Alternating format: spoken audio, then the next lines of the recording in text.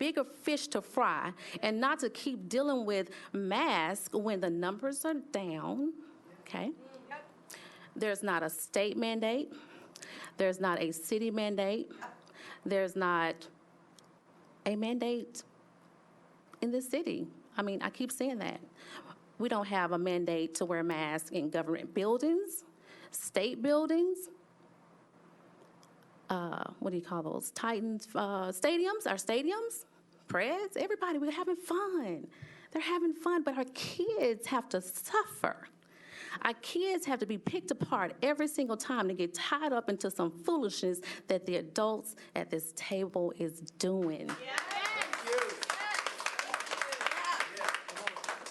And then I think about across this country, this is the reason why boards, I've never seen boards across this country get into so many fights and arguments with parents because they won't let parents raise their children and make decisions. That's a dangerous thing that we're playing here because parents, we need them. We need their support. We need them in the classroom to volunteer when we don't have no subs or we don't have teachers. But they don't want to touch it because of the way we treat the children, and we don't respect them as parents. And that has to stop. That has to stop because the power and control that the city continues to see, this is Nashville. We should have a school system that is top-notch, that's shining just like this city. But instead, we continue to go against the grain of our parents. That's the reason why the legislatures keep making the laws. Have you noticed? They keep making the laws to do what? Take over school boards. You can't go back virtual. They made that a law. And they also made a law that parents should have options that we're not even following. Yes. So now you ask yourself, board, are we doing justice by keeping this up? We're not. And we need to take a step back and look at what we're doing because we're not winning. We're not winning. The parents should have the power. The parents, not us. We're here to make sure that the district is moving forward, making sure that our kids are educated, making sure that they get all the supports they need in order to be college and career ready. But making these kind of medical decisions for our students is dangerous. And we need to remove ourselves out of the equation and let these kids have options. These kids are played by the books. They have played by them. They have done everything we asked them to do, and yet they're the ones that are suffering. We can do whatever we want to in this city, but when it comes to the schoolhouse, we have to tell them they got to mask up. And if you mask up, then you're going to get in trouble. You're going to be isolated. Teachers, you better do your job of making sure the masks are pulled up. They don't even wear them. They don't even wear them right. They don't wear them like that because they're tired. They're fatigued. Now, if you want to wear them, absolutely. That's what it's called optional. You can still wear your mask. Children can still wear their mask. But I tell you, when that gentleman came and told me about his daughter who was disabled, where she was blind in one eye, her left eye, and she has to wear glasses, and that she still has to wear a mask on her face, and she can't see because her glasses fog up.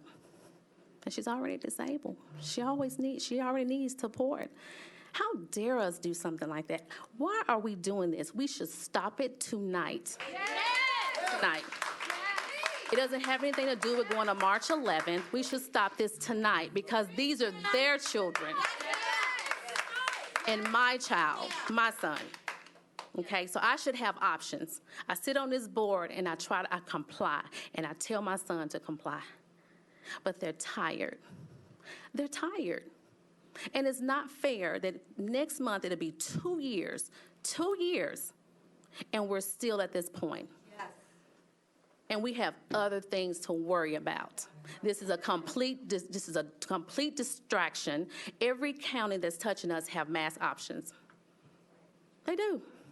But it's always Metro Nashville Public Schools who has to suffer. Always. Why? Our students are just as beautiful and shiny than any other student across this state. But then we still want to continue this muscle. I'm in charge. You're not going to tell me what to do. But it's a dangerous game we're playing.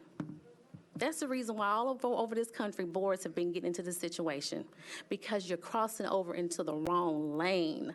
That's the problem. Now I'm going to read something because this really kind of resonated to me, because I know teachers are really tired. I get it all the time. Of course, I'm sure the board has gotten plenty of emails and talked about mass options and what it's doing to the children and what it's doing into the what's it doing in the classroom as far as the distractions. And this is pretty sad. Hey, Fran, just wanted to say that I am so glad to talk of mass is on the agenda tonight. I hope that the board can make the decision to move forward with mass being optional. If you only knew how many students don't wear them or wear them correctly while they're fully engaged with other people, you might be amazed. That's been the case, and yet no new skyrocketing numbers. Can I just tell you that although one of my students has been with me since August, I just found out last week that she has dimples. Last week. And she's been having this student since August. I just found out another student of mine has the absolutely best smile. I know I'm preaching to the choir, but I just really love to be able to fully get to know my kids without this unnecessary barrier. It's just time. And this is from a teacher. Plenty of teachers that feel like this. So I'm not in favor of waiting until March 11th. I am in favor of us moving this now. Yes. That's what we need to be talking about. And I'm tired of the distractions. We need to move forward and give these kids options, give these parents a right to be parents, and let them be able to choose, not this board. Yes, ma'am. Yes. Thank you. Thank you. And it's so frustrating that I sit here and I try my best to not be aggressive, because that's not really the spirit I want to be in, but I'm tired. Every time I see our children suffering, it's frustrating. Every time I look at their faces, it's frustrating because they want to breathe again. They're getting tired of us making these decisions, and they're not even in the equation. You ask the high schoolers, you ask the middle schools and the elementary students, do you like wearing your mask? I have to. No, I don't. Why is it that other people in the city don't have to wear their mask, but we have to wear our mask? Right. Can you answer those questions for the students? Can you? They have suffered too long, and yet they don't have a say. And they should have a say. Yep. And parents should be able to parent. Yep. I want to parent my child. Yes. I don't want him to have to feel like that he has to wear a mask, and when he gets home from school, I'm still looking at a mask on his face because he thinks it's a part of his body now. And it's not right. So I'm not in favor of going to March 11th. We can have this discussion on what you all want to do, but you owe it to your constituents of why you don't want to lift it now. All right, thank you, Mrs. Bush, Mrs. Tyler, then Mrs. Masters, Ebenezer, and Angelique. Go ahead. All right, I'm just going to start off by saying that I will be voting yes for this. I do think that there is a point in time where we need to recognize that the vaccine has been available for long enough, that everybody who wants it has gotten it. I would like to encourage people who still have not, that this is the best form of protection. It has been proven over and over again. So I do think that I'm okay with loosening up those restrictions, knowing that we have backup plans for safety. All I have been concerned about this whole time has been safety. And I also wanted to address, a lot of people have been talking about not being able to see your face and not being able to have those social interactions. And I agree with you, which is why I have talked to Dr. Battle about you getting clear masks, and she has. There are clear masks available for teachers. There are clear masks available for students. All you have to do is ask for them. I've said it on the board floor a bunch of times, and you can see your whole face. I have asked that they be used, especially in the younger grades, so that the phonics instruction gets seen, so that speech therapy can be, so that these students can have that ability to see the formation of the words, to be able to practice it on their own, and the teacher be able to see that that's actually happening. And at that time, that is the safest way to be able to still see those faces. There are ways to marry safety and concern about social and emotional learning and being able to see faces, because it is important. It matters. And there is a way to do both. And I had to remind everybody that those have always been available, and they are CDC rated. They are rated as being just as good, and because of the way that they have the foam around them. So it's not that you're stepping down to a lesser form of protection. You're not. So I think that we've allowed ourselves to move so far one way, and then we went so far back the other way when we could have been looking for a way to make sure that everybody's needs are being met, where the people who feel like they need the safety because of immunocompromised family members or elderly family members who are at higher risk, or there are a plethora of reasons that they know that their family needs to be masked, then we can meet them halfway with that clear mask so that we're still doing what we can in the moment to try to meet the social and emotional needs and be safe. So I think with the vaccine available, I'm perfectly fine saying that we can go mask recommended on March 11th. All right, thank you, Mrs. Tyler. Mrs. Masters? Thank you. I've been taking in the input that I'm getting. I've been reaching out to the school leaders in my district, been trying to figure out with all the emails coming in who's from my district, to honestly try to get at the desires and wishes of the constituents of District 3. I also inquired about, we've had a mask opt-out request form on our MMPS website since August. I asked about how many of those have been. We've had about 140. So while I understand, coming here and sending emails, I'm also looking at, how many people actually took the time to submit a form saying, given the option, I would like my child to not mask. It's denied when we send it. It's denied. I'm not talking about whether or not it's been denied. I'm talking about how many have been requested. I'd also like to point out that the man who came and spoke with us about his daughter's troubles, and it was very moving to hear him talk about it. And I followed up with him. I followed up with the school principal. He has not filed any sort of exemption or request to have a different situation for his daughter. So I'm just looking at whether or not we're following the processes that are currently in place. I currently have had, I've had a couple of school leaders say I'd be okay with them being optional. I've had a couple of them say, how about high schools? They go optional. I have had 27 elementary school parents reach out to me begging, from District 3, begging that we keep masks. I've had 3 reach out in District 3 saying they would like us to go mask optional. Just telling you the outreach I have received. I am sick and tired of talking about masks. I'll tell you that right now. If you take a look at the slate of legislation at the state level right now, the actual attacks on public schools right now in our state, that's where I need to be putting my focus and energy.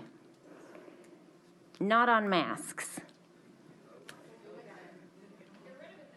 I'd like to see everyone in this room who's turned out to advocate about masks show up for some other issues as well. Please, join us. Join us. If you are advocating beyond your own front door and beyond your own child, please join us as we work to hang on to the institution of public education here in Nashville. And that's all I have to say. I'll vote. I don't even freaking know how I'm going to vote right now. Y'all driving me crazy. So I'm going to listen to the rest of the talking, and then I'm going to decide. Thank you, Mrs. Masters. Ebenezer? All right, thank you. So I want to preface this by first mentioning that the position that Angeli and I are in is a little bit different from the other board members. Most of you are representing your districts while we represent the actual student body. And our the people that we're representing, they're the ones that are going to be the most affected by this. And I think it's I've heard a lot of, positions saying that the students feel like, they can't see their teachers' faces and they can't see their friends' faces, and that's sad. Yeah, that's sad, but I also have friends that feel responsible because they have uncles and aunts that died from COVID, and they feel like they're the ones that brought into the family. I know that, for example, when I step into my house, every time I hear a cough or every time I hear a sneeze, I feel like, oh, did I bring COVID into my household? Am I the reason that my parents are going to be hurt? And I feel like stripping away the one thing that's making me feel safe at school, the mask, by making it optional, it's very ignorant. It's making me seem like I'm not important. And a lot of the idea behind, it should be optional, but it's recommended, that feels like we're just pleasing anti-maskers. We don't really care about our students. And I've talked to a lot of my friends about this, and especially on the high school level, and a majority of them feel like by making it optional, but recommending it, we're being hypocrites. We're making it seem like we're just listening to the mass media or to the people that come and yell at us during our board meetings. So to my board members, I want to say, think about the kids that feel guilty because, their family members, they think they're putting them at risk. Think about the kids that every time they hear a cough from their parents or they hear a cough from a sibling, that they feel like they're the ones that brought it to their household because they didn't wear the mask properly. We know that masks work. It's very ignorant and stupid to believe that not wearing masks or making it optional is going to appease a lot of people and it's going to keep our students safe. It's not. We have to keep the masks. And so we see a very large decrease in the numbers.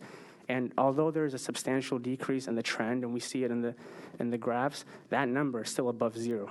It shouldn't be above zero. The only time we should consider removing masks from the system is when We're that not number going to is from speak zero. over young people. Go right ahead, Ebenezer. I apologize. Yeah, that's all I have for the to say. adults in the room.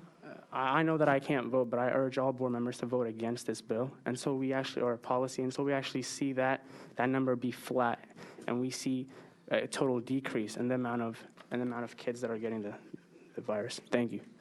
Thank you, Ebenezer. Anjali? Yeah, I just want to build on what Ebenezer said, sorry. As student board members, we don't have any voting power. And so most of us all know how Ebenezer and I stand on mask mandates, and he basically said what I needed to in terms of how we stand personally. So I took the liberty on myself to make a really informal survey last night to get student input.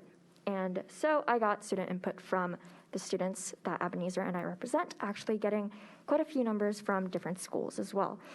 I asked if students are comfortable if this mask mandate were to be lifted. I can say, not even doing the math, just reading the responses, that at least 95% says no, they don't feel comfortable. Most of the reasons being that, like what Ebenezer said, family members are immunocompromised and jeopardizing safety of people who may have a really bad reaction to the virus. I also asked students from outside of MNPS schools how their schools are handling COVID, most of which are taking mask optional steps. And these students are saying that I wish that I was in MNPS because of how safe that they would be. And I'm just relaying this information. I'm trying to be unbiased, and that's how I presented this information, just trying to represent my student constituents. My dad is a nurse at Vanderbilt, so he knows firsthand how impactful this pandemic has been. My best friend was in the ER because of COVID, and to see people not take it seriously whatsoever is completely undermining the lives of the people that we have lost, the lives of the people who my dad works with, who follow the rules, and there's still people not following even the basic bare minimum. And I just want to say that if this mask mandate is lifted, these statistics on mental health, on anxiety rates, suicide rates, and how our students are really doing, are they going to just be a statistic that you keep comparing COVID to, the efficacy of masks? Because I can guarantee you that once this mandate is lifted, that's just going to go out of the window. And if we're really putting students first, then put the mental health of students first.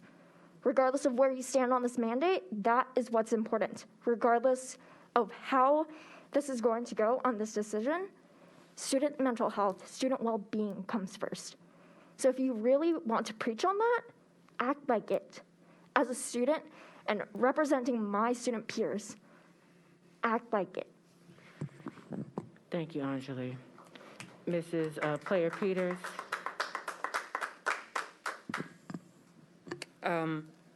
I second the motion, and I did talk to students. Last week, I toured Wright Middle School, and the students were very vocal, first about school uniforms, surprise, surprise. And so I asked them, just like, how do you feel about masks? And they said they wanted to keep them instated. They felt safe. They said they'd rather have masks and be in school than worry about not having masks and worrying about closing down school. They felt that becoming a mask becomes part of the norm. They even joked that when they go to lunch, they actually start putting food in their mouth and there's food on their mask because they forget they have it.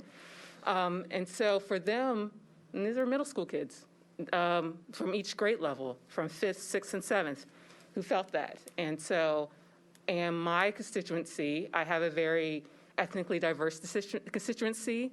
And as I talk to the constituents in my district, one thing I know is that they're multi-generational. They have a lot of grandparents in LA, not by economic reason, but by cultural reasons. And so, and I have a lot of grandparents who are guardians and the primary caregiver of the students. And so for them, they say they feel safe just because of how their households made up through the blessing that we have, the diverse schools of my district personally, and I know of Rachel Ann's districts also. And so for them it was important. So the constituency that I've heard from my students in my district, from the parents, is that they would like this for safety reasons.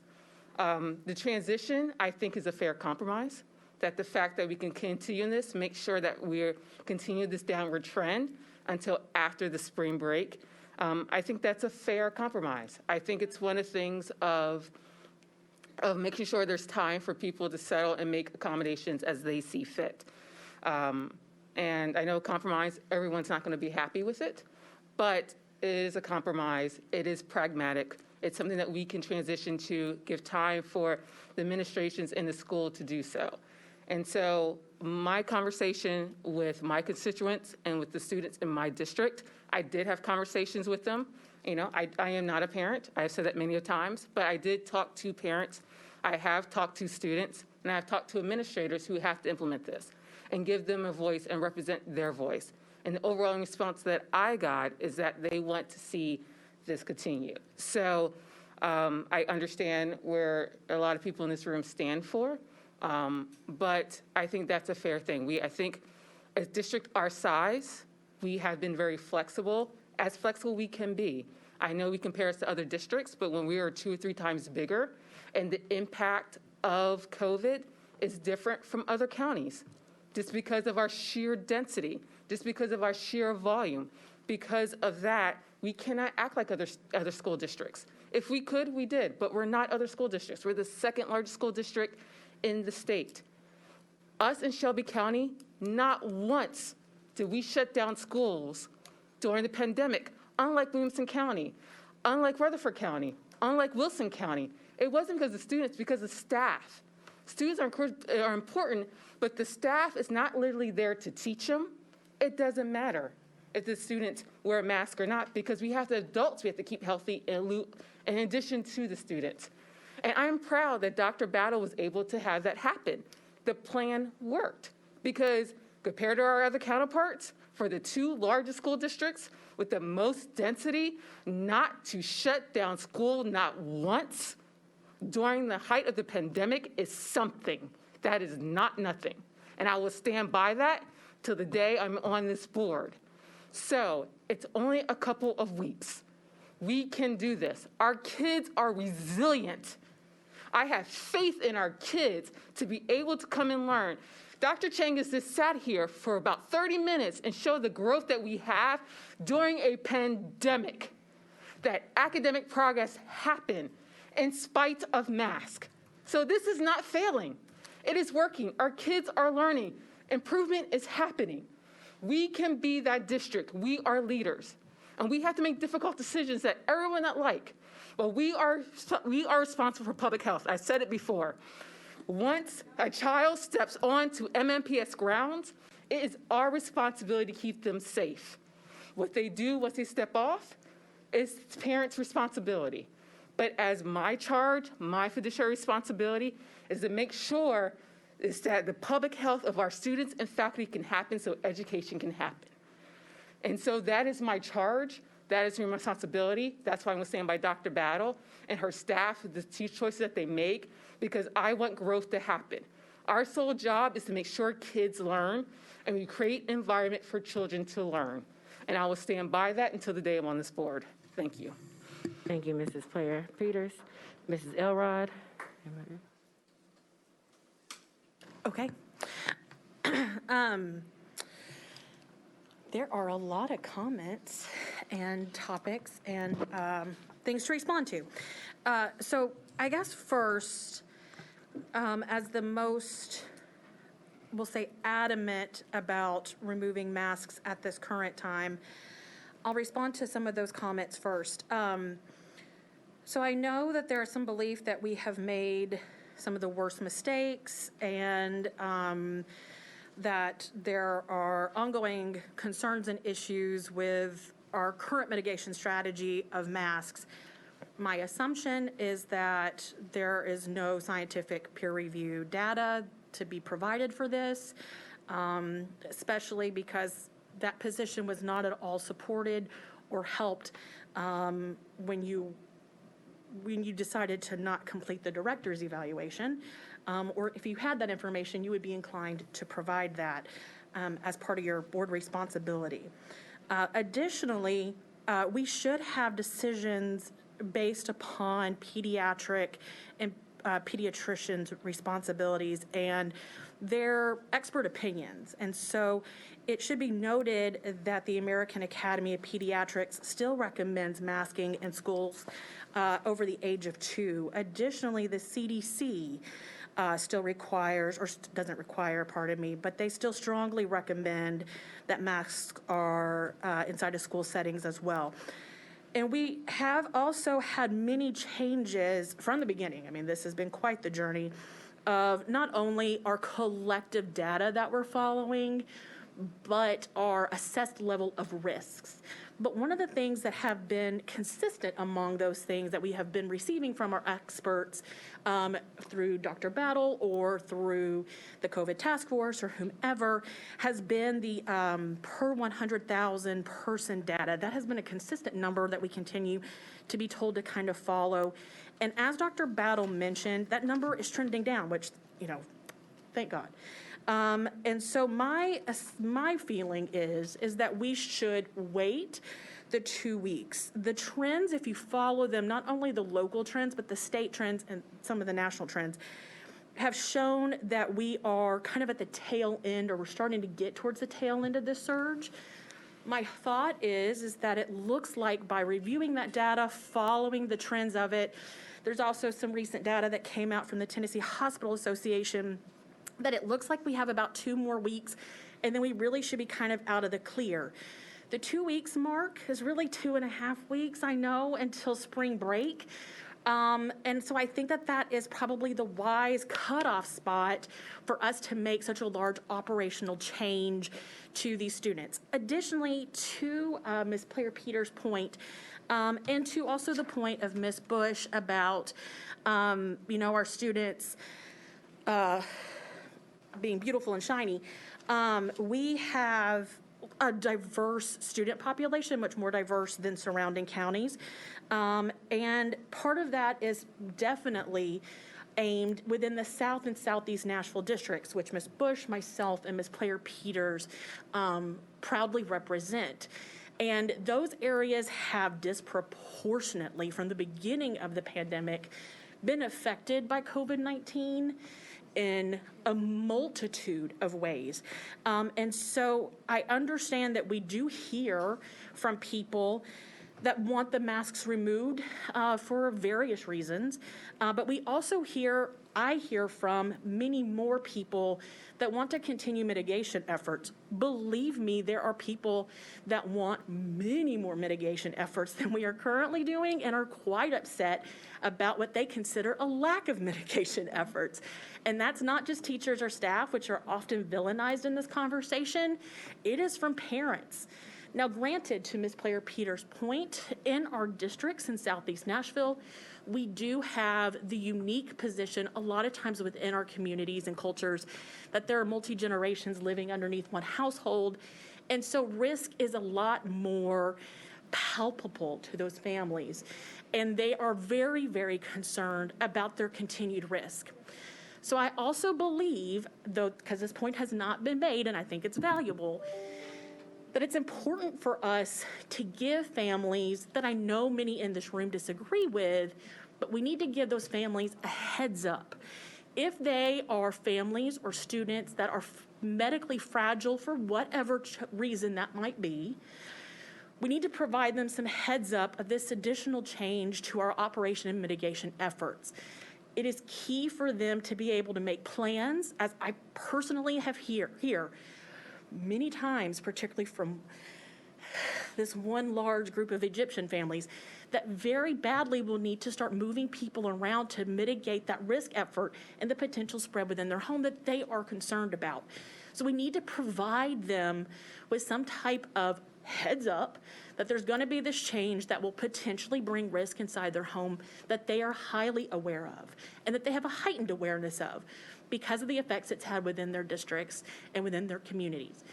Additionally, some of those people will also have to take additional preparations of making sure that they purchase additional masks and all testing and all these other kind of things that will help them feel like they are protecting, of course, their students and children. And as we are unfortunately all very much aware, those things are not as easily procured as they really should be. And so I would like to give them the heads up as well.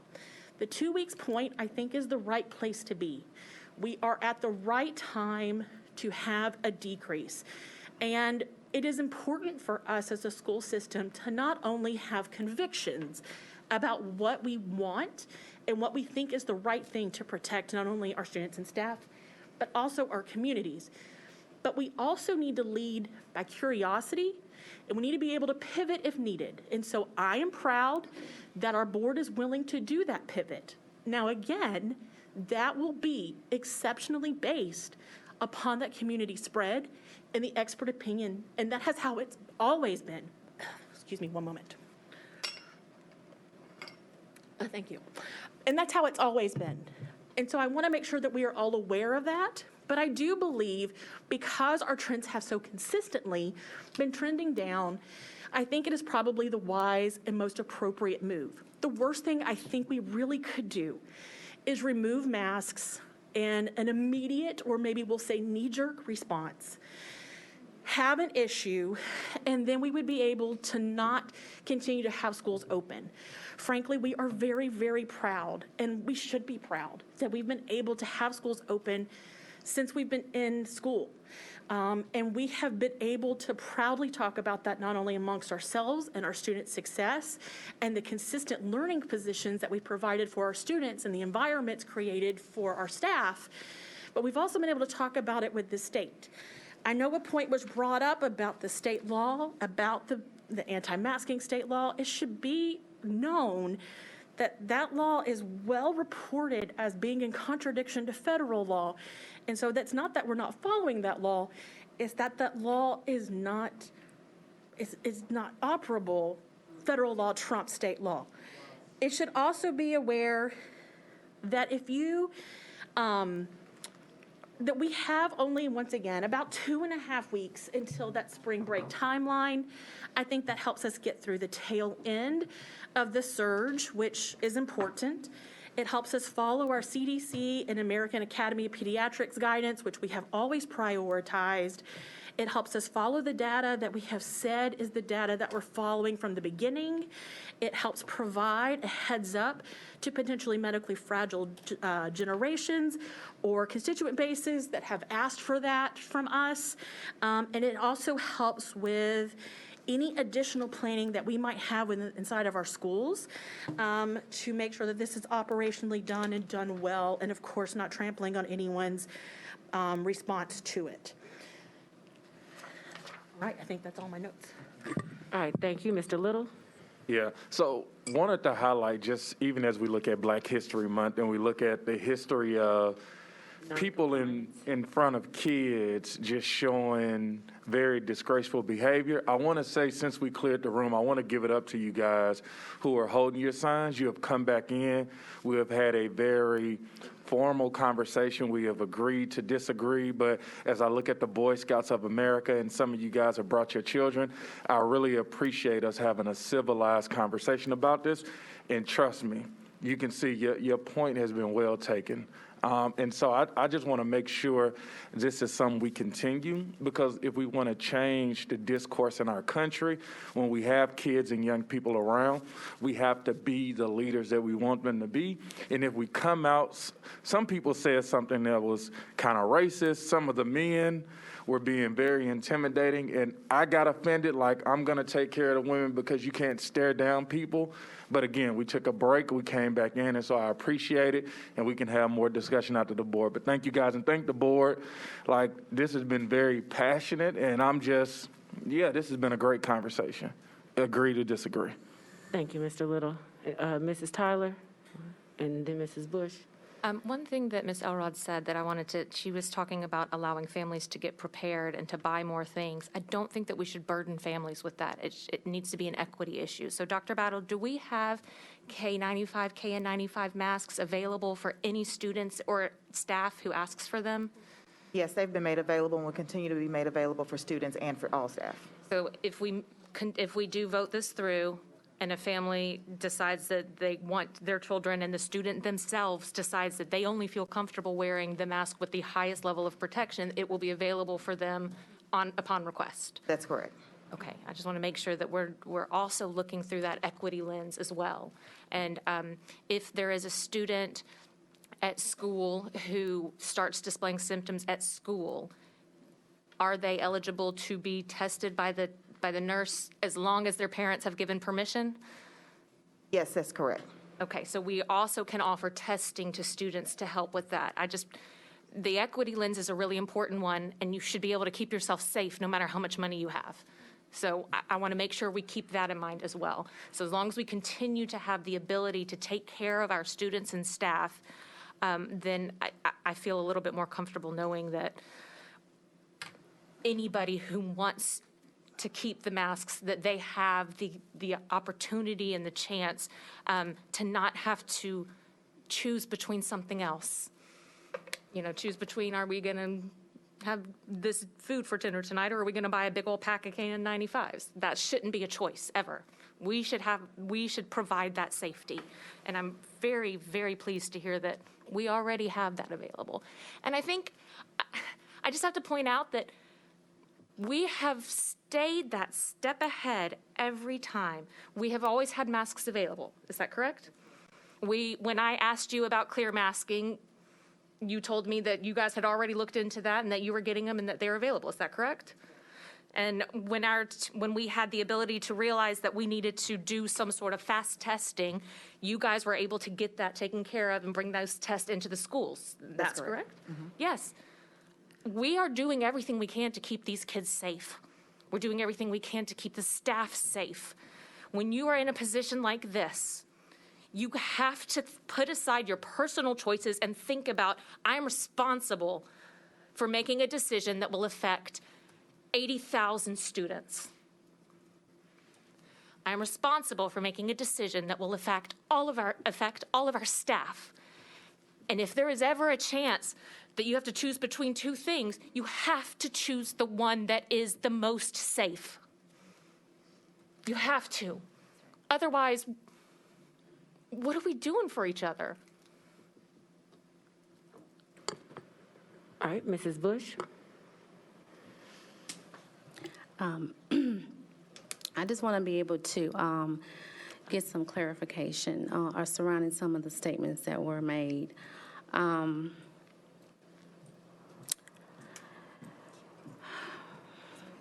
You talk about we're the most dense. We're the largest school district. That does not justify keeping masks on our children. That doesn't justify that. We have Rutherford County. We have other counties that are touching us, not as large, but they have made a decision to give parents choice and options. They have. So it doesn't matter about us being, see, that was the problem before when we kept our students out of school for a year. The two largest school districts, which was Davidson and Shelby. The only two large school districts that kept their kids out for a whole year, and look what we're trying to do. We're trying to catch up. They're severely behind. Our literacy rates is at its all-time low. All-time low. Kids are not able to read and write, okay? So let's talk about the two largest school districts that kept making the mistakes. And the reason why the legislature keeps butting in local school boards is because these mistakes we keep making. And we're not giving the power to the parents. That's the problem. And as long as we continue to do that, they're going to continue to make laws in order to intervene, and then they'll make change. We just had a board retreat.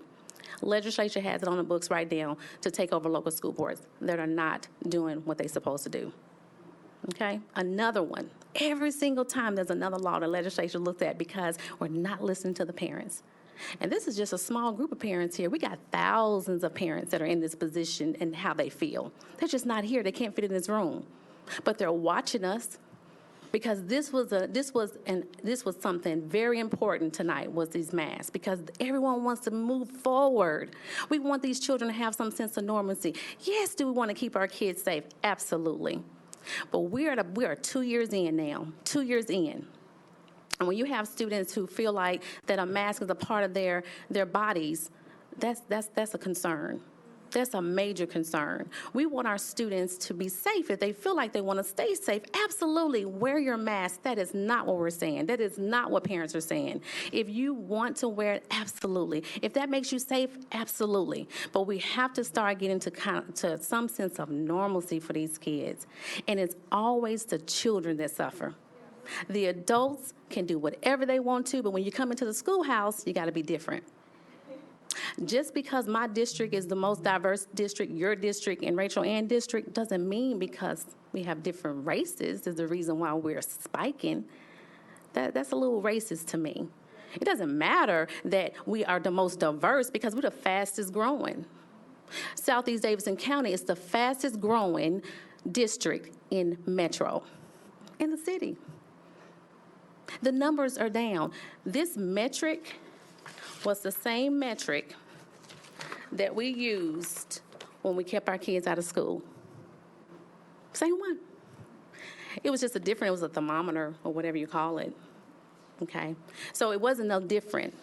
The numbers are down. The numbers are down. We're 2 years in next month.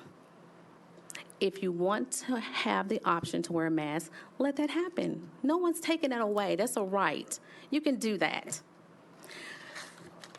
Another thing that I think that was brought up was the amount of exemptions. Y'all remember how that played out, right? So then you get the attorneys involved and say, oh yeah, they could probably get an exemption, but they got to go through all of this in order to get approved. So you didn't have a lot of exemptions because it made it harder for the parents to get exempt. And then if they did get exempt, the students had to be isolated. They had to go into the library by themselves or sit in a cohort by themselves because they weren't able to be with their friends. So they were isolated. They were taken away from their peers because they had an exemption. So that's what happened to the exemptions.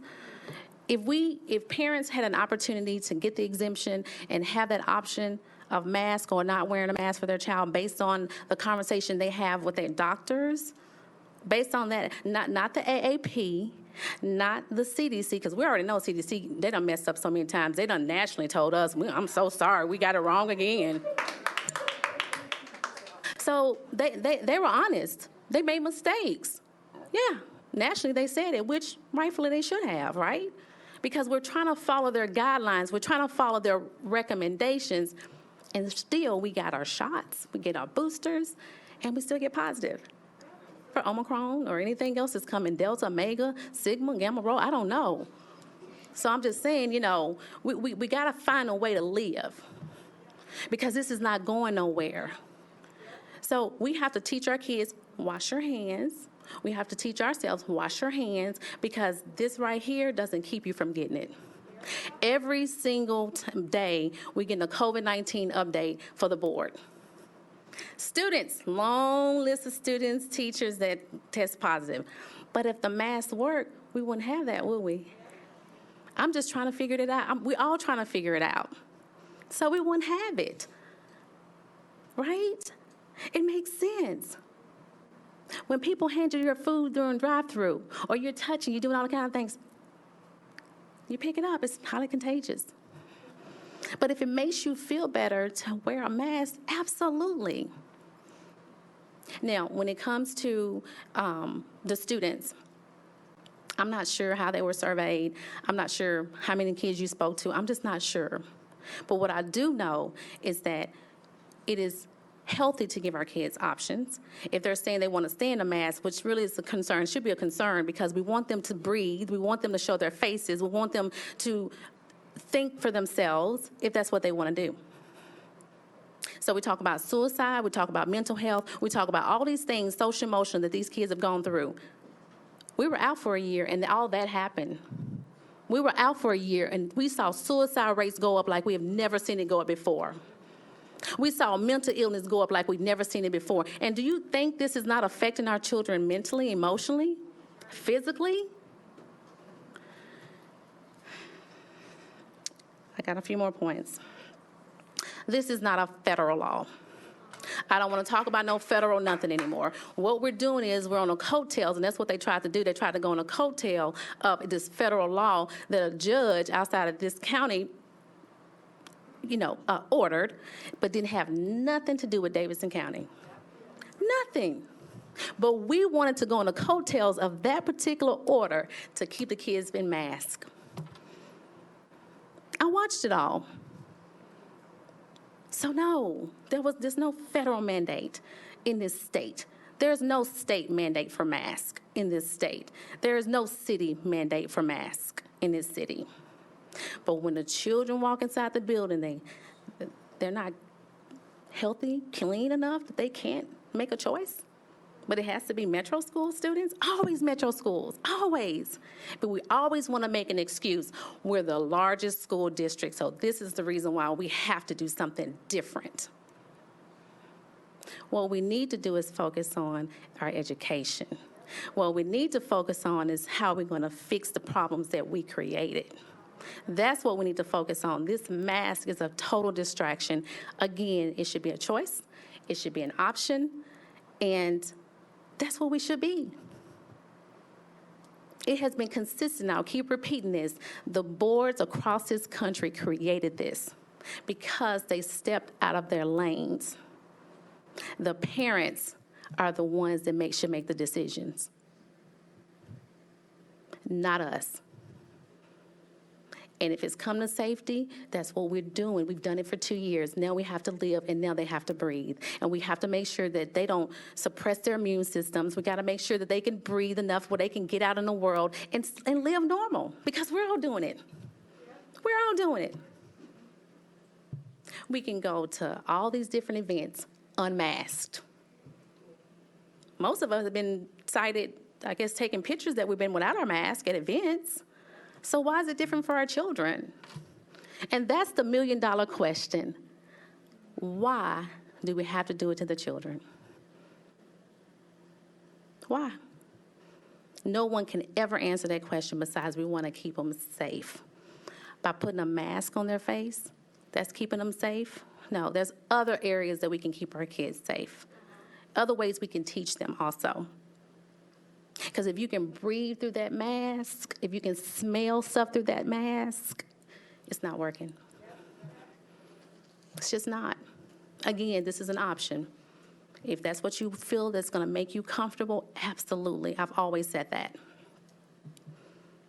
But this is the reason why the legislature, Emily, and Ms. Patton, you know, that's the reason why they keep making laws, because we're not doing our job.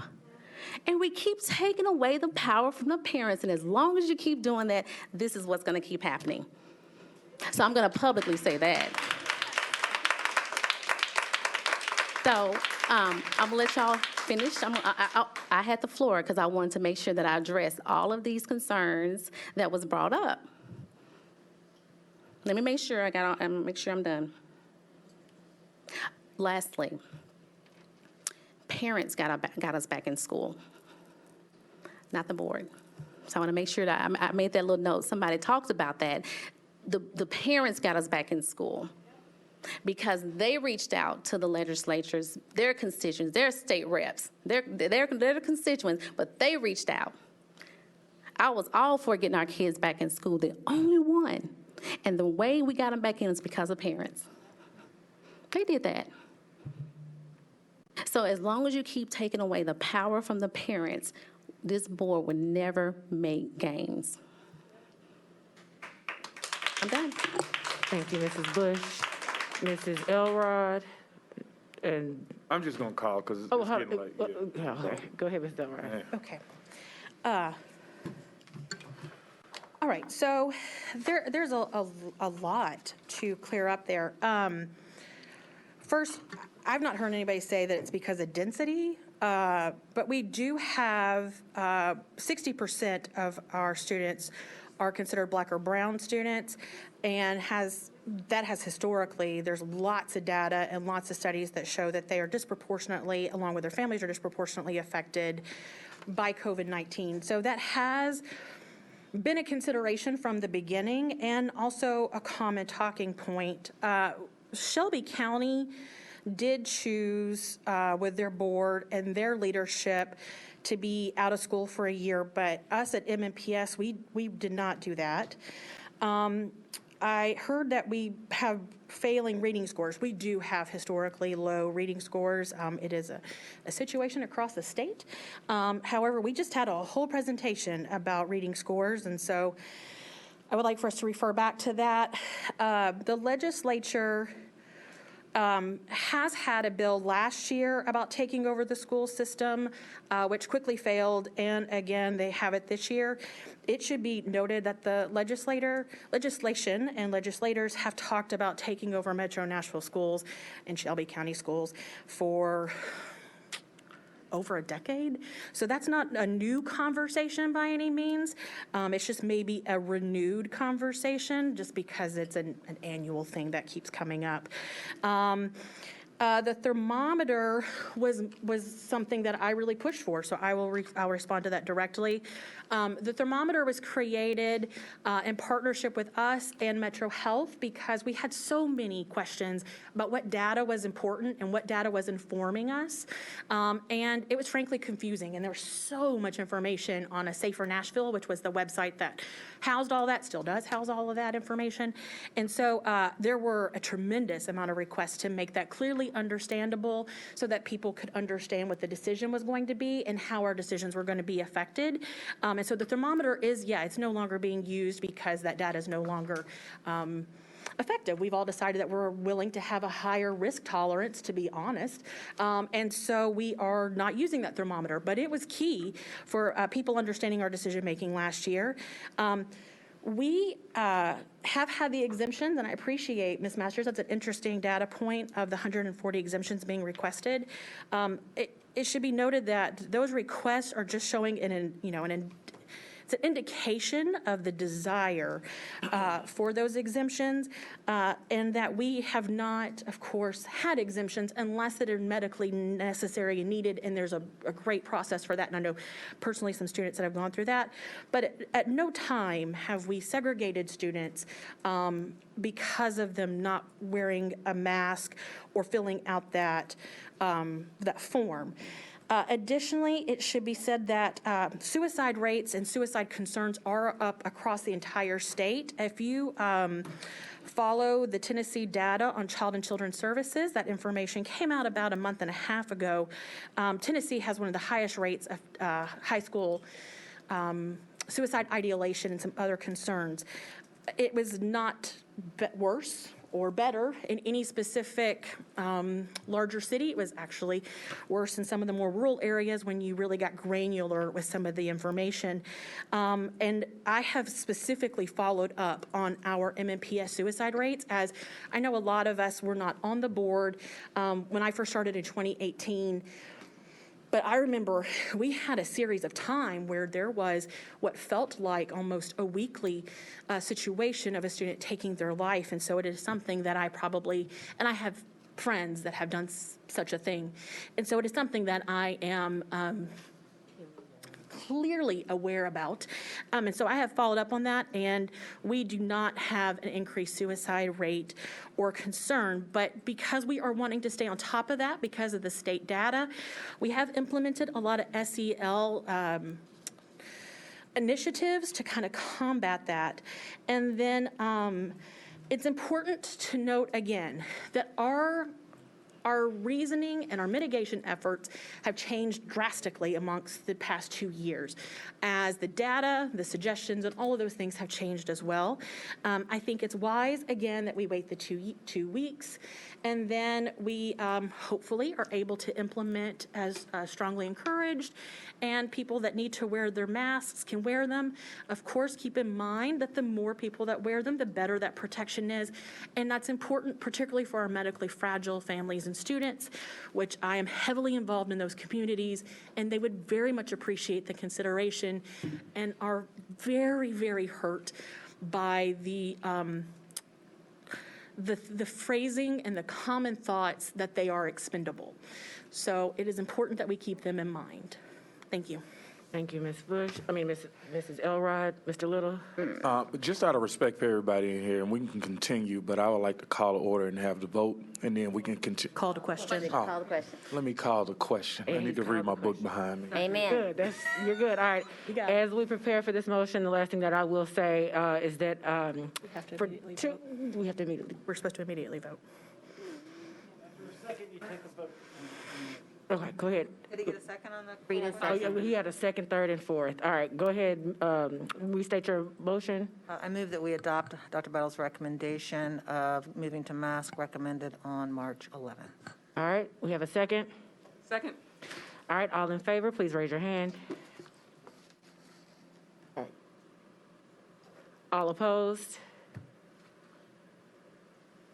All right, motion passes. We will now move on to consent agenda. I forgot about it. Yep, me too. All right, we did not have any amendments to the consent agenda. Do I have a motion to accept it as listed? I make a motion to accept the current consent agenda. All opposed, or I'm sorry, a second? We have a second. Any discussion? All right, all in favor of passing the consent agenda as listed, please raise your hand. All right, passes unanimously. Do we have any committee reports? We have several. We'll have committee reports at the next board meeting. All right, so we will skip from committee reports and move on to announcements. We'll begin with Ebenezer. Boy Scouts of America, it was a pleasure to have you all. Thank you. Sorry you had to see this. So I want to start by my announcements by mentioning at least what I saw here. So a lot of the students that are aware of me, Angela, having this position now are aware of the board meetings that we have every 2 weeks. And a lot of them tune in on the webcam and they, read the news. And I think they're going to be disappointed with the fact that they saw a lot of mentions about having to fry bigger fish, which doesn't really make sense to me. What is bigger than student safety? So a lot of them will be questioning this.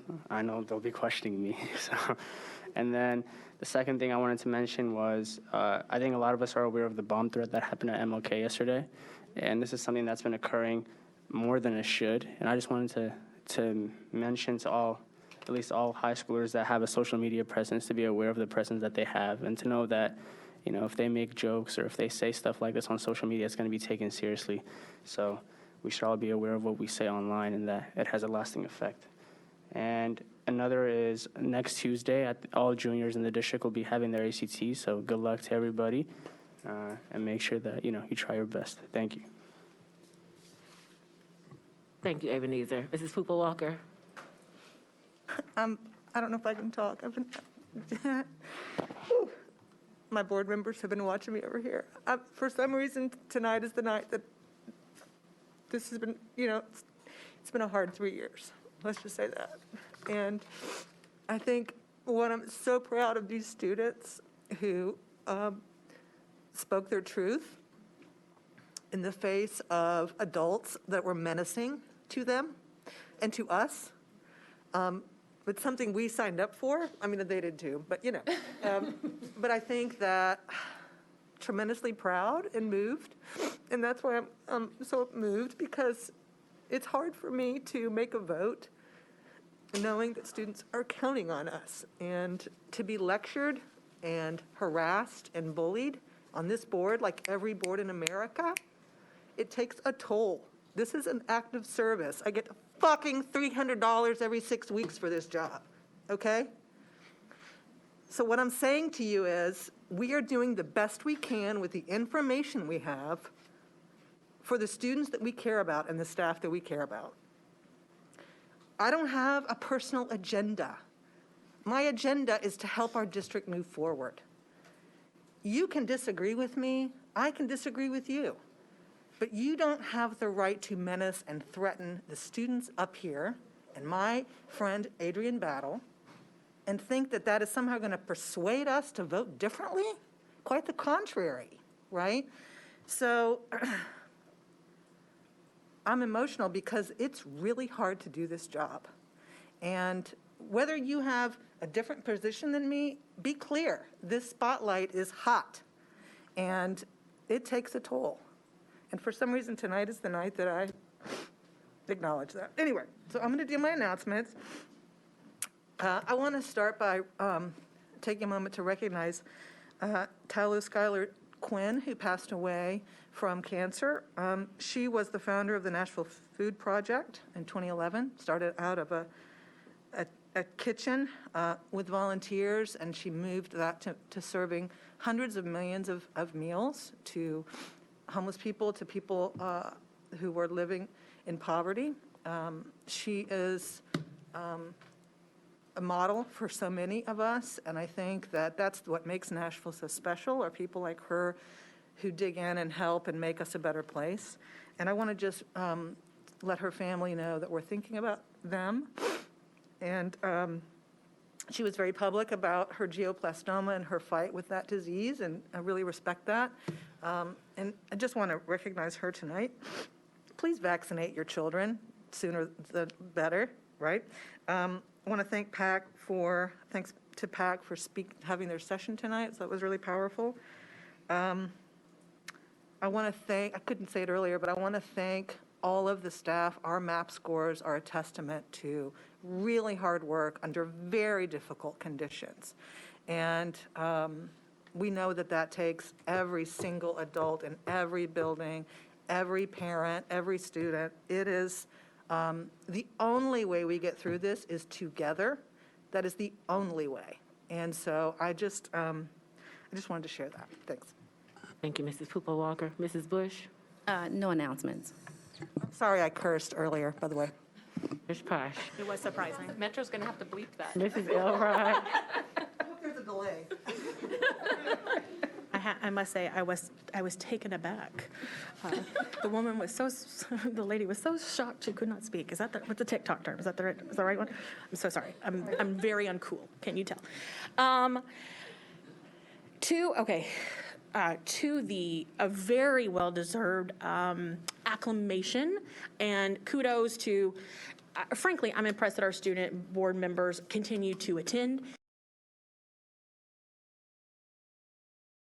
It is a lot to do, and it is a huge ask.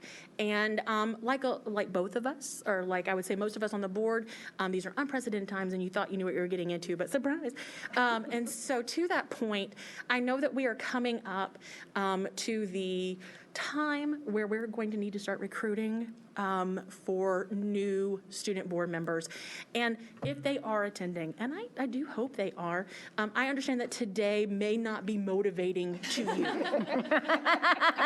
But if it is motivating to you, I understand that. I am one of those people where my overwhelming convictions and want to leave it better than I found it rule my life, even though it means a tremendous amount of sacrifice.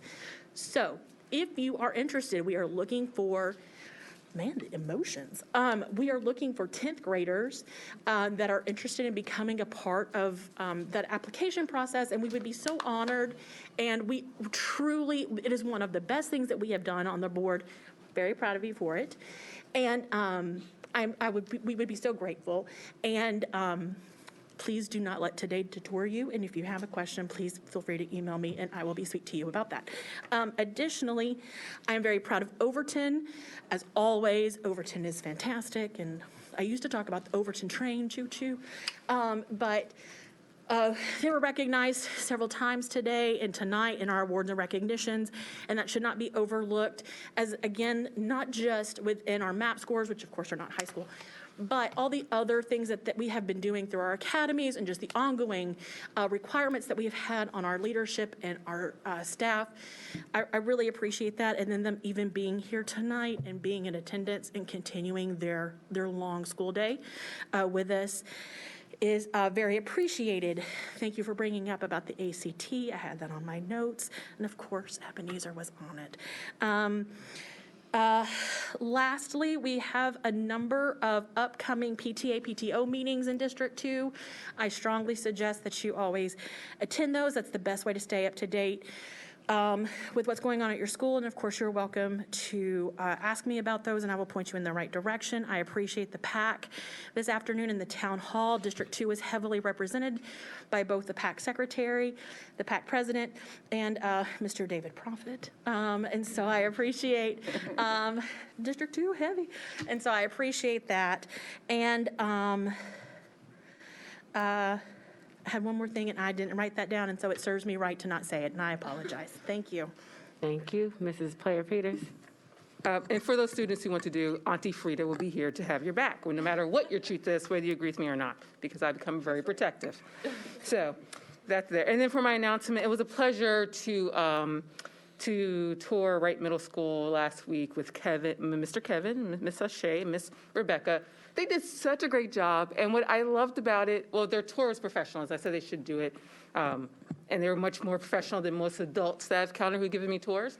But what I also loved about the Glencliff ambassadors trained the middle school, the Wright Middle School ambassadors, and that's also why they did a great job. So I love to see the synergy between the high school and the middle school, and they did a great job, and I love how they were very intelligent and thoughtful and courageous in speaking their views.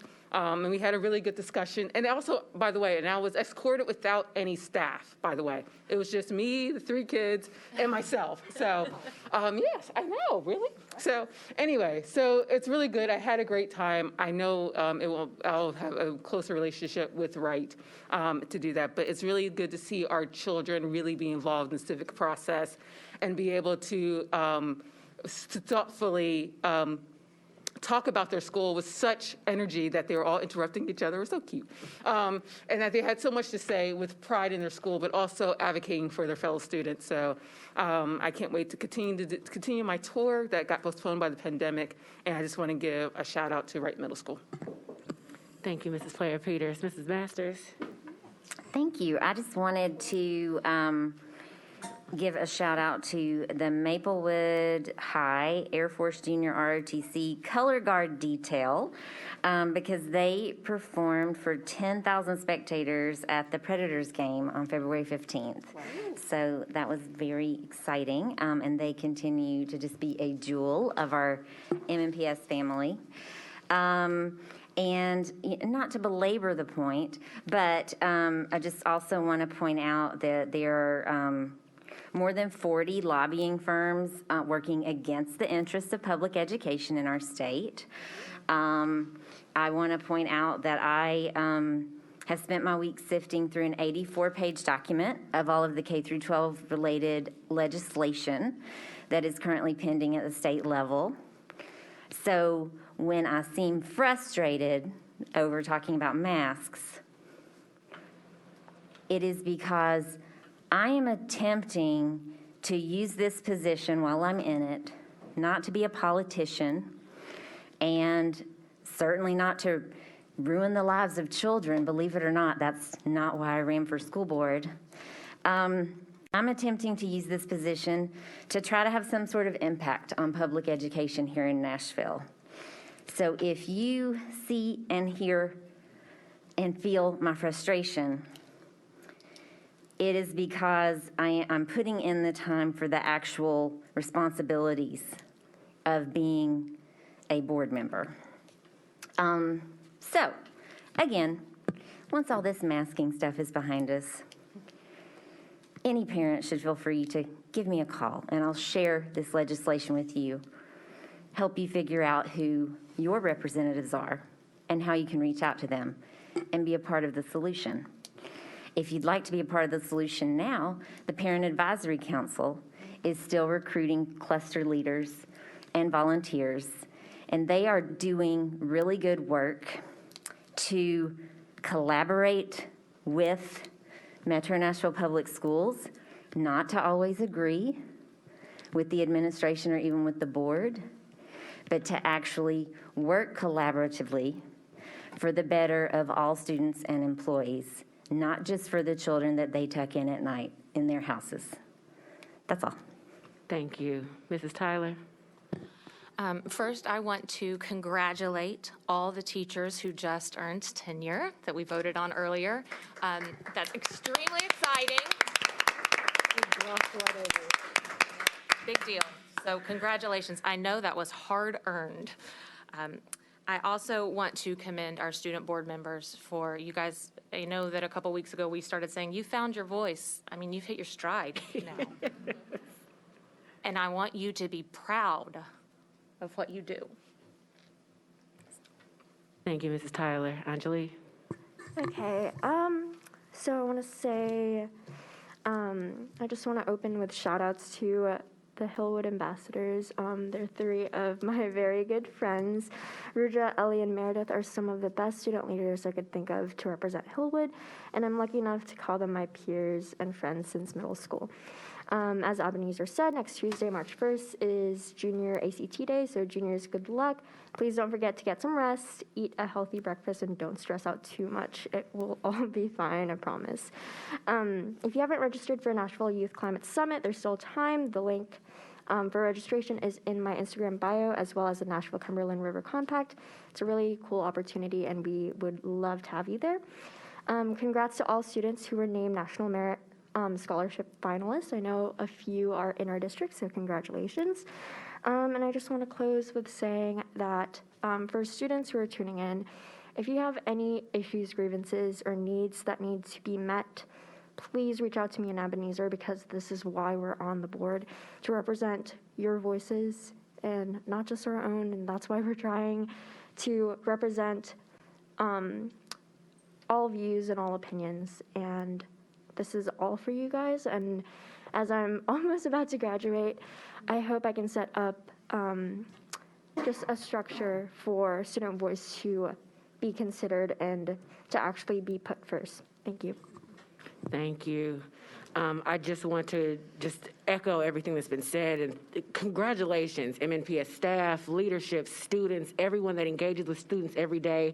I want to continue to push the point that not only are our students doing well and doing better than the national norm, but they have actually rebounded from pre-pandemic, proving that what we're doing at MNPS works. So thank you, Dr. Battle. Thank you, thank you, thank you, educators. I know it has not been easy. I would like to remind everyone about Mrs. Masters' updates that please be watching the legislative sessions. They are occurring January through May. You can go to capitol.tn.gov, just look at the Education Committee agendas, and please just feel free to watch along. Understand what's happening at the different levels of government that impact MNPS schools. We at this board table develop policies to support students, but we also are superseded by local and state policies. I will say that my son's teacher had, I hate to put my good Miss P out there, but she had COVID, and so I thank you, Mrs. Bush, for elevating the idea that parents can become subs. So parents, please sign up to become subs. We have hired every single sub that is in the system. I remember there was a Facebook issue a couple of years ago around parents being subs. We would love to have you. And the last thing that I'll say is that we really do appreciate community members coming out to speak to us, even when we don't agree. But yes, I will continue to ask you to show a level of decorum, especially when there are students in the room. Even without them in the room, they are watching, and the conversations we are having are on their behalf.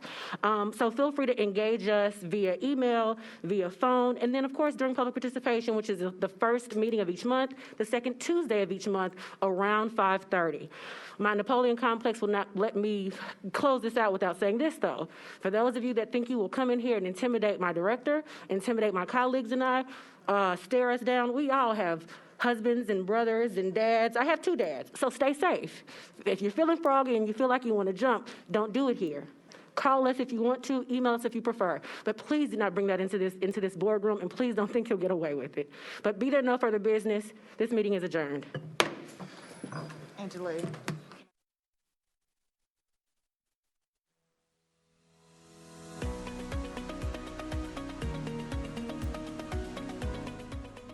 This has been a service of the Metro Nashville Network. If you would like to see this presentation again, or for more information on this and other programs, visit nashville.gov.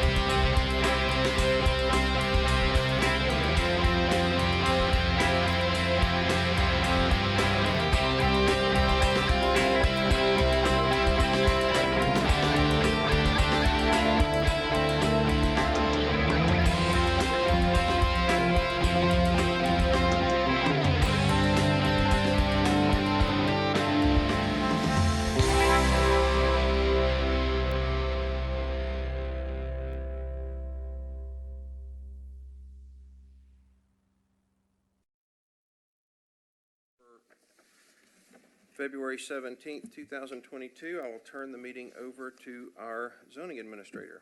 Okay. Good afternoon, ladies and gentlemen. The Metropolitan Board of Zoning Appeals is now in session for its regularly scheduled meeting of February the 17th, 2022. I'm Joey Hargis, and I'll be presenting the cases for review in today's public hearing.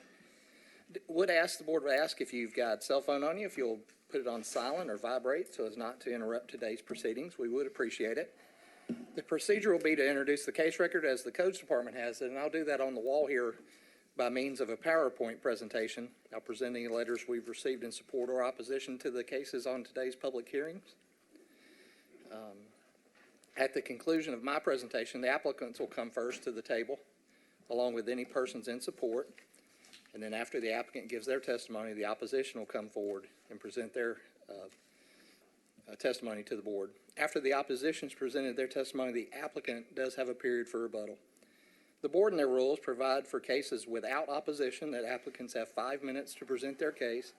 In cases with opposition, the board provides 10 minutes for each side of a case to present their testimony. Again, that 10 minutes is not per speaker, but per person, but per side of the case. So if you have multiple speakers, if you'll divide up your time before coming up to the board.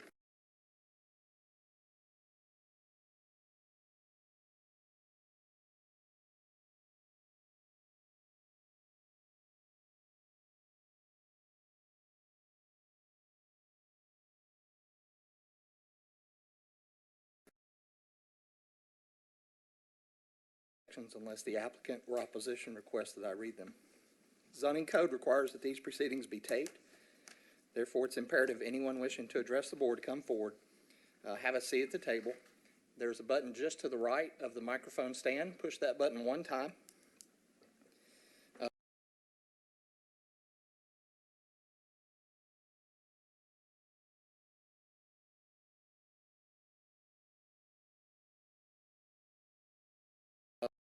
As set forth in section 1740-180 of the Metro Code of Law. The code requires that 4 members of the 7-member board be present.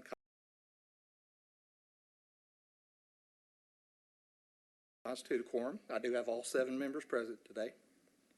You'll need 4 affirmative votes to grant your application. In the event we have a tie vote, a vote of 3-3 by chance, one of the members doesn't participate, that case will stay on our agenda for the next 30 days. The members who are eligible, who participated in the prior case, can change their vote should they wish to. The member who did not participate or wasn't present can watch the proceedings and become eligible to participate at the next hearing. The applicant or any aggrieved property owner may request a rehearing within 60 days of today's public hearing. The applicant or any aggrieved property owner may appeal this board's decision to Chancery or Circuit Court within the same 60-day period, but once 60 days has elapsed, this board's decision is final. It is, if you're an applicant and your case is granted today, it is necessary for you to obtain the permit for which you've applied. You have 2 years from today's date to obtain such permit for your case to be, for your variance to be activated. Mr. Chairman, I submit that all cases were filed in proper order.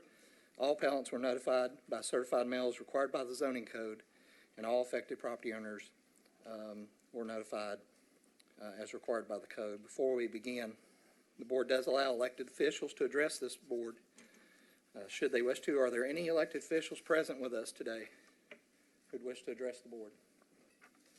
Mr. Chairman, I see none.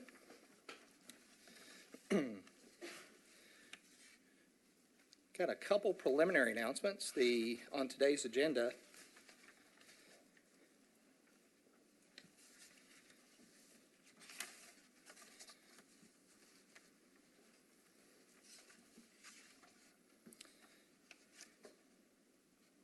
on page 2 of our agenda, case 2022-19, Suburban Cowboys LLC, owner of the properties at 3982 and 3978 Taylor Road, requesting an IMA appeal. This case has been deferred by agreement between staff and the applicant to March 3rd, which is our next hearing. And that case has been postponed. Will not be heard today. So if you're here for case 19, that case will be heard on March the 3rd at 1 o'clock here in this room. So that's the only preliminary announcement I have. regarding today's cases. The board does have a consent agenda, and prior to this hearing, the chairman reviews the cases, and if in their opinion the cases have met the criteria for the application they've requested and they feel that testimony would not alter the material facts, they recommend the case to the remainder of the board for approval. I'm going to call the cases recommended for consent agenda, and if you're here in opposition to the cases I call, and only opposition, please raise your hand, and I'll acknowledge you, and we'll hear that case in its regular order. The first case recommended for consent agenda is case 2022-21. Tori Alexander, the appellant and owner of the property at 4309 Estes Road, requesting a variance from street setback requirements in RS20 to construct an addition to the residence. Are there any parties here opposed to case 21? Mr. Chairman, I see none. The next case recommended for consent is case 2022-22, Bootstrap Architecture, Ryan and Amy Taylor, owners of the property at 4003 Hudson Avenue, requesting a variance in side street setbacks in RS15. Are there any parties present to case 22 on 4003 Hudson in opposition? Mr. Chairman, I'm seeing none. Those are the two cases recommended for your consent agenda. All right, we have two cases recommended for consent. Is there a second? Have a second? Is there any discussion? All in favor of that motion, say aye. Raise your hand. Any opposed? Those two cases pass. Okay, Mr. Chairman, that takes care of our consent agenda. If you're here for cases 22 and 21, your cases have been granted. You are free to go. You're also free to hang out with us if you like to. Be sure to follow up with the Codes Department beginning on Monday regarding your permits for which you've applied. With that, that concludes the consent agenda. Okay, Mr. Chairman. The first case we have on our agenda today is a case that was tied up on votes. Forgive me, on the February 3rd hearing. I'll go through the order is written, the order of events currently. There was a motion made to uphold the zoning administrator's revocation of a permit, 2019-74327, regarding a digital billboard that has been erected at 610 South 2nd Street. The motion was made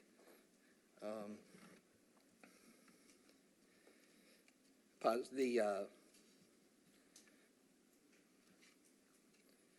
believe, yes, it was. I'm sorry, Mr. Lawless. I sat here and I've wrote your name and I, for some reason, can't get it out. Mr. Lawless, you made the motion, and I have a second here. I'm sorry, Ms. Davis made the motion. My apologies. The second was Mr. Lawless. Ms. Davis, I apologize. I sat here and wrote David's name, and sorry, typo on my end. And Mr. Pepper voted for the motion to revoke the permit. Those in opposition to the permit were Mr. Newton, Ms. Carpenter, Mr. Taylor. Do any of the members that have participated in that case wish to change their vote at this time? I do. Can you hear me? Am I on? No, sir. I do wish to change my vote, and let me explain for the record that I thought that was probably one of the closest cases that we had heard. And when I left here, I did a lot of thinking and rethinking about it, and I realized that in my analysis, I believe the tie should go to the zoning administrator because I think it is ambiguous. And I thought it was a really close case. I thought about it a lot, and I realized I totally forgot a really important principle of law, which is if there is an ambiguity, it ought to be construed to uphold the rights of the property owner. And I think my analysis that the tie should go to the zoning administrator, I think I got it wrong, and therefore I will change my vote to vote in favor of the application. Mr. Pepper, I'll note that the record reflects that you changed your vote to uphold the zoning administrator to switch to overturning the zoning administrator's interpretation. Is that correct? Members, for the record, I had received an email yesterday from the Sports Authority who controls the property across Korean Veterans Bridge where the Titan Stadium is located. As I advised the folks at the Sports Authority, that information came after this hearing and after the public hearing was closed. I cannot enter into the record that email, and I've advised them as such, but should this board wish to consider information to that effect, you would need to open the public hearing to allow us to accept that into the record, give the opposing counsel a chance to review it, and at the next hearing on 3-3 is when discussion of that would have to occur, if that is the will of the board. If it's not the will of the board, but I did want to advise you at least had that. Well, and Joey, it's my understanding that, I mean, if Mr. Pepper changes his vote, then it's not held up in votes, but it also means that the motion did not pass, and there's not a motion on the table to overturn the zoning administrator. So that's correct. So to me, just changing your vote doesn't change the outcome. And if there's going to be a motion to overturn the administrator, I do believe it probably is important to hear information which we didn't have. But that's up to this board. And I'm going to make a motion, we reopen. And have that. I'll second that. There's a motion, and so to reopen the public hearing, and Joey, would that be to hear this now, or you said 3-3? No, sir. Under our rules, and also to be fair and equitable to the opposing, to the appellant in this case, this board does not need to consider anything today. I will enter this information received from the Sports Authority into the record. I'll give opposing counsel a copy of it, and then on 3-3, this board will discuss the public hearing only for the, I mean, if you're opening the public hearing just to discuss this information, that's fine. Okay. But And we'll so, do that then. and just, so, and there's a motion for that, there's a second. Is there any discussion on that motion to reopen the public hearing on March 3rd? Okay, then I will take a vote. All in favor, raise your hand and say aye. Any opposed? One opposed. So we will reopen the public hearing on March 3rd. And and I know Mr. Cole hasn't had a chance to review the case. If you have a chance to review the case by the 3rd, then you can participate. We are just reopening the public hearing. We're not hearing the case again. That's correct. Yeah, and I actually thank you for covering that. I was going to cover that situation as well. And so, and if there was a motion to open up I mean, well, again, that just depends on, and that's your prerogative one way or the other, but I will not be participating on the 3rd, so it'll be up to the rest of the group on the 3rd to figure that out. But that's what we have decided to do, and that's done. Sure. Mr. Chairman, for clarity for all parties, where we stand today, Mr. Cole, I will not poll you today, but you do have an opportunity to watch the record up to this point, including what you've heard today. And at that meeting, I will ask you at the beginning, had you watched it, yes, no, and if you have, do you wish to participate, yes, no? And then we'll proceed with the public hearing portion, which the board's open with that. So that will be, and Mr. Taylor, Chairman Taylor, you're right, this is your last meeting, so the record will reflect that you will roll off this board, so you will not be entered on any order in this case for the board, as this motion has failed for failure to obtain 4 votes. So current lay of the land, there's no motion on the table, and the public hearing is open March 3, and then we'll proceed then. But opposing counsel is present. To be fair, it's not fair to ask him to address this today. So he and I will discuss. I'll get him the information. I'll get you guys the information. Put this information in the record, and we'll hear this case on March 3rd. All right, thank you.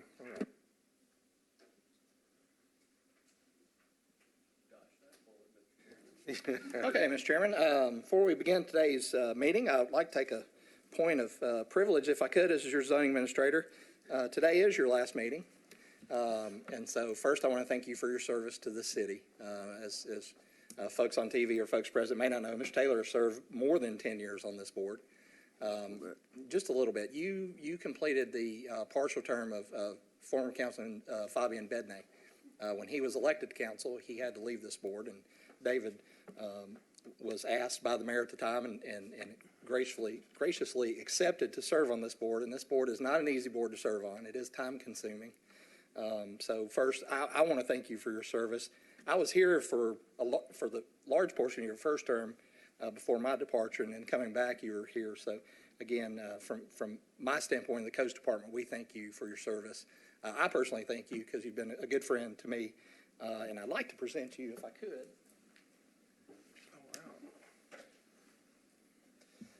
A gavel. Oh, wow.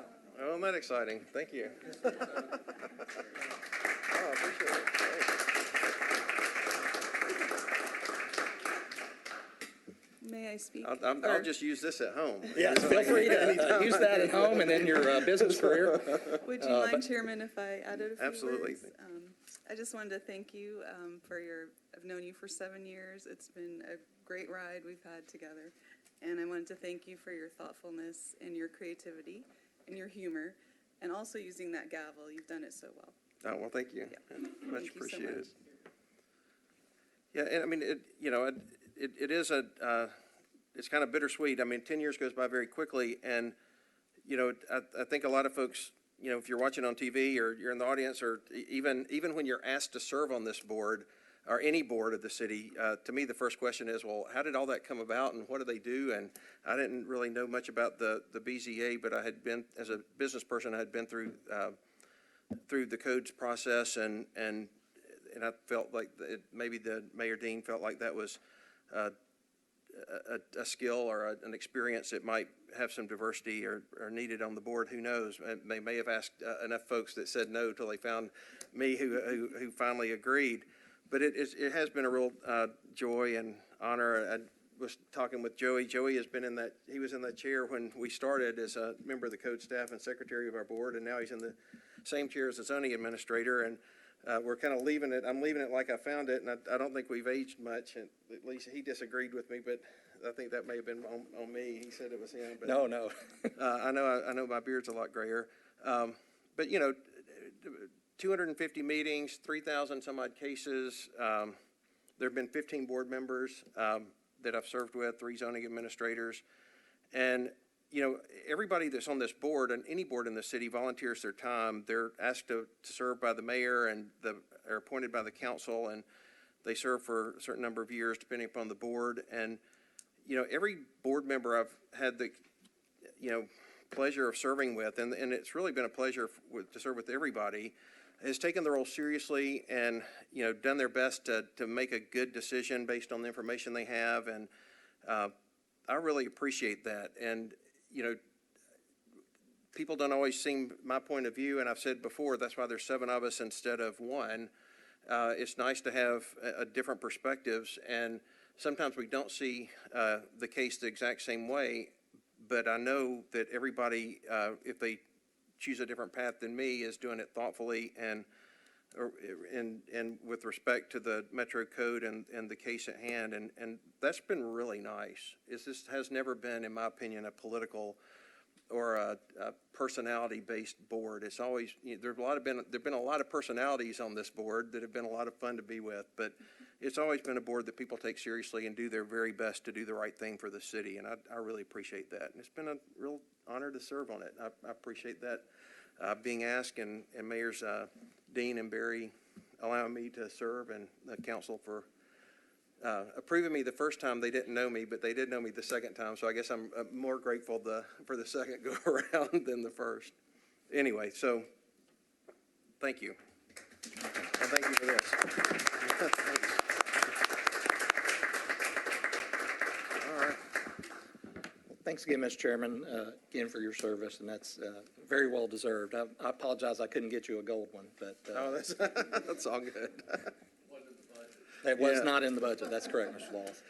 I'd be happy to have any of that invested toward you having more staff and resources, since I know your building permits are up like 30% again this year, and it's a lot. I know that you guys have a lot on your plate.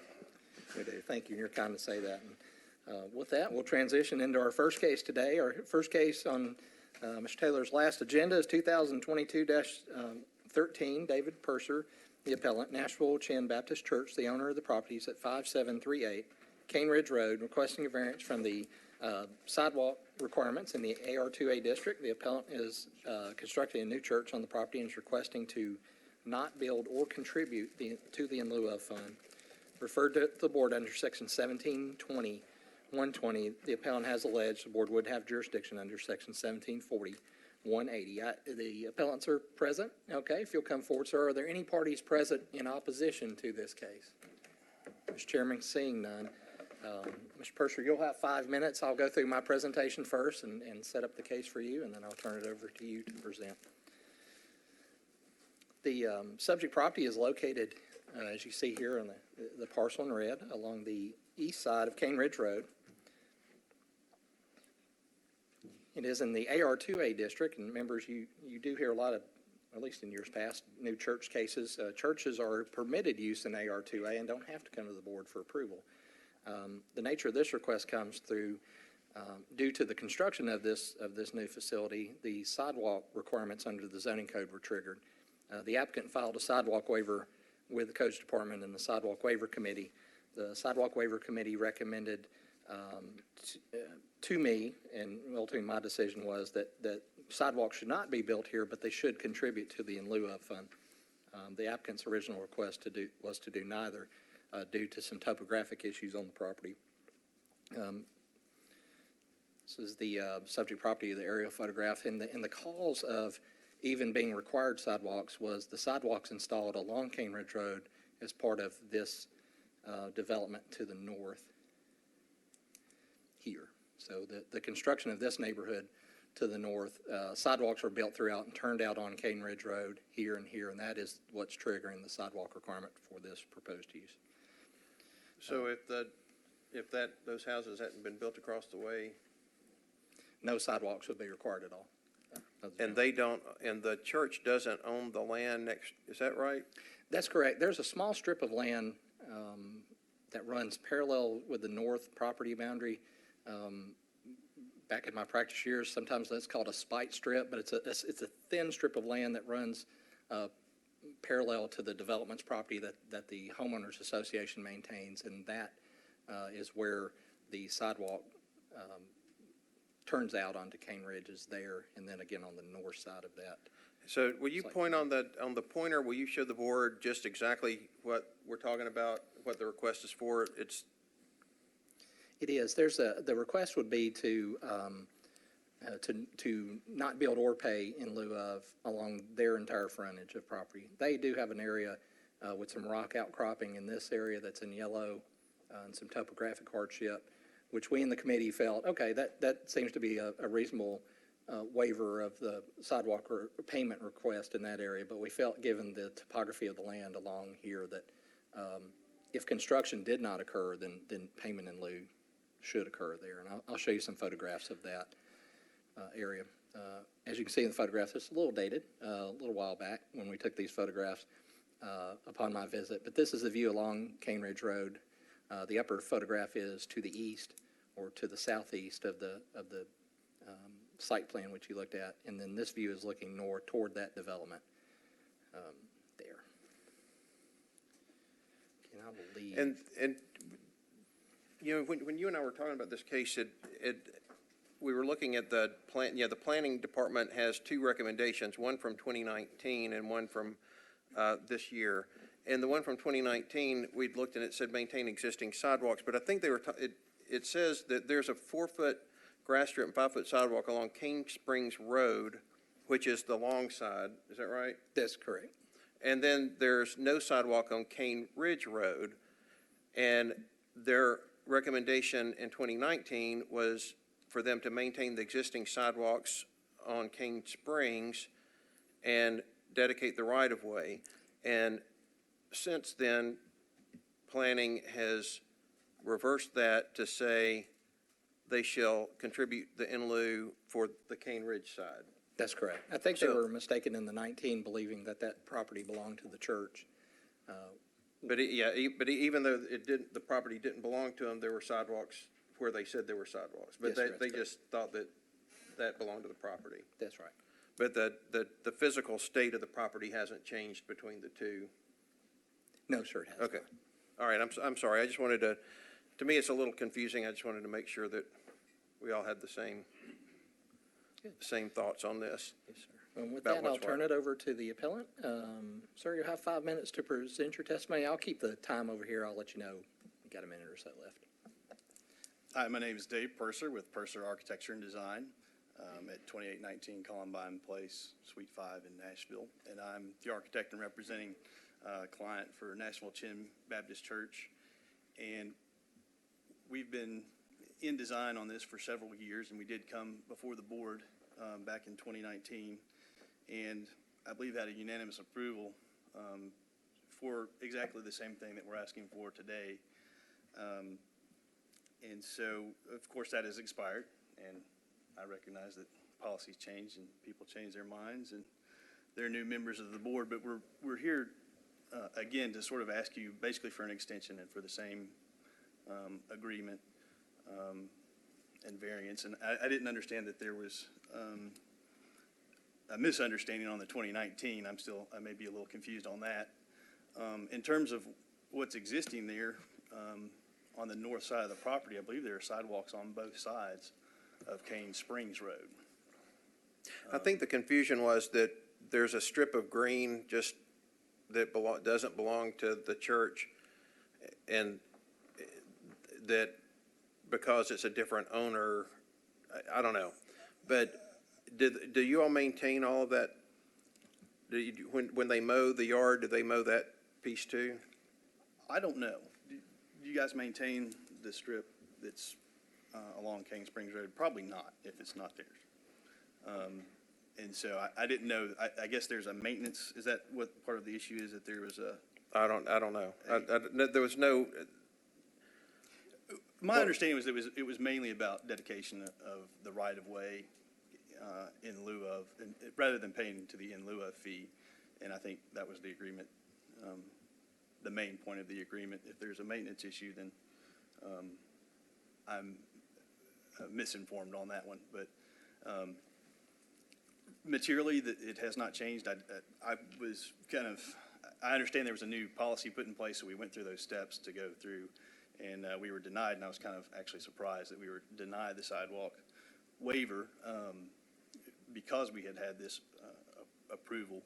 And so I didn't really understand why planning was changing their mind in their recommendation when they had previously recommended that this was an acceptable agreement. And I have some of that in front of me and have entered that into the record, I believe, and some photos that do show the outcropping. But I guess, we are here to ask for some relief for this non-for-profit, this group that is providing community services and benefits above what, maybe a developer or other for-profit entity would be. So I guess that's kind of what we're asking of the board, right? Of course, our preference would be that we get the same agreement that was granted in 2019 from that case. And if that's not, if that's no longer on the table, or, is there something else that we could do for relief? Okay. Mr. Chairman, I was looking up that case, and it was 2019-33. This was before, I think, before the Sidewalk Waiver Committee came into being, and this was the applicant's request to construct the church without the required sidewalk. This board granted it, looks like 5-0, with you and Ms. Chappell as the member. There's the membership who participated in that case. I apologize, I missed that in my case prep, that this had come before this body. Okay, once thank before. So Any questions? Yeah, if it's okay. So the request is to not build on Cane Ridge and maintain the existing on Cane Ridge, the longer, I don't remember. Cane Springs. Cane Springs.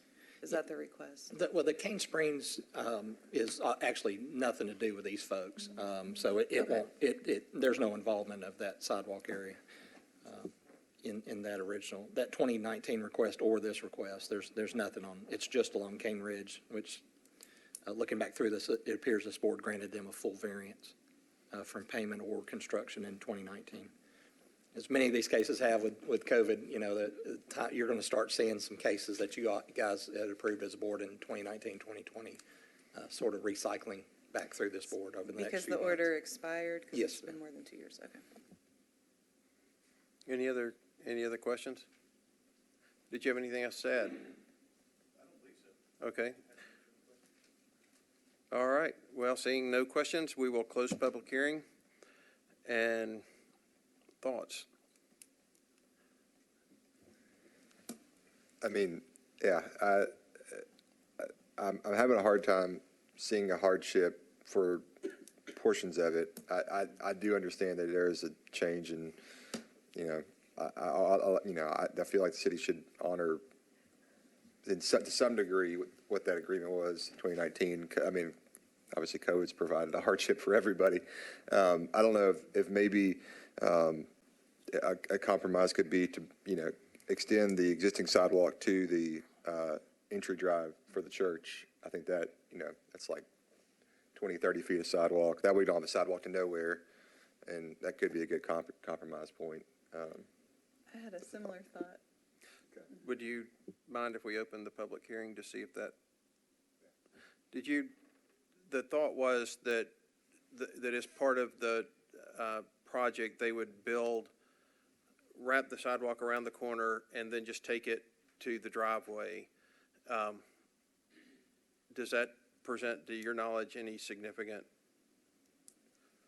hardships or issues? I think that, I'll speak on behalf, I believe that is a reasonable request and a reasonable agreement and solution, and I believe that provides a good bit of relief. The hardship is not in that area, right? It's relatively flat. There is, of course, you know, some stormwater incurred, but I think, I believe, and I would ask my clients maybe to weigh in, but I believe that's a reasonable request. And Okay. All right. Then we will close the public hearing. Is that? Yeah, I'll make a motion for that. I don't know how I put that necessarily into a motion. I guess we would be upholding the zoning is this item? It's a Yeah, I variance. think that we Okay. grant the variance for Okay. the sidewalk Yes. from the driveway to the property line that, I don't know what direction is that, Joey? The west, maybe? That'd be to the north. To the north, and that the sidewalk be continued from the existing Cane Ridge sidewalk around the corner to Cane Springs to their driveway. Yeah, that'd be my motion there. That's what you want, right? That's what I want. All right. That's what I'm trying to get to. Do you want to second I'll second your motion, I said if I'm able to. I don't know. All right, so I have a motion, I have a second. Is there any other discussion? Then again, with the variance, meaning there's no requirement to pay or to bill for the rest of the remainder of the frontage, yeah. including the driveway. Yeah. There's a motion, there's a second. Is there any other discussion? All in favor, say aye, raise your hand. Any opposed? That motion passes. Good luck, thank you. Thank you very much, and thank you Okay, for your that service. case is approved with the conditions as stated, 7-0. Excuse me, our next case, case 2022-15.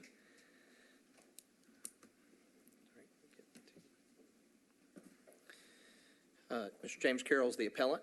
Charles and Margaret Devier is the owners of the property at 5101 Illinois Avenue, requesting variances from rear setback and the parking requirements in CS District to construct an addition to an existing restaurant. The appellant's present.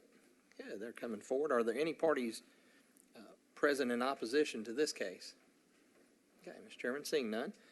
Gentlemen, you saw the last case. I'll go through the slides and talk about the case, and then I'll turn it over to you all. You'll have 5 minutes to present your case to the board. The subject property is located on the west margin of south margin of Illinois Avenue, on the west side of 51st Avenue North. That's the property seen in red. This is an aerial photograph of the subject property, the existing conditions of the lot. I'll note on this aerial photograph, you'll notice, and this will come up in just a moment, most of this property's existing parking lot is actually in the city's right-of-way. This is a site plan submitted by the appellants in this case, and you see here the parking requirements, and I'll go over those briefly here in just a moment. But the The large swath, if you can see the dashed line that runs where my highlight pointer is, straight north, all of that parking, the handicap stalls, these 4 spaces here, this stormwater is located within city right-of-way. Are you able to do a stormwater in the city right away? Yes, with stormwater's approval, and yes, sir, there's the ability to do that from time to time. It's not often. This area, if you recall, especially your tenure here, there are a lot of properties with massive right-of-ways out here in the nation's area, where, you know, there's 40, 50 feet of people's front yards, which are actually city right-of-way, because at the time, the proposal for that neighborhood was to build streetcars through that would service the downtown area, and obviously technology changed much faster than construction, but those right-of-ways were never abandoned. This may be one of those instances where that has occurred. But looking at the end of the subject property from 51st here, currently there's some angled parking spaces where this car is located, looking into the subject site. And then views in the upper left, this is approximately the location of the city's right-of-way. And then those spots are located here. This proposal, and I'll flip back just for a moment. Last photograph, the rear setback is along the southern property line. But back to the site plan. This is based off 2 uses that are out here. The proposed use is being restaurant use here with retail use and storage located on the south.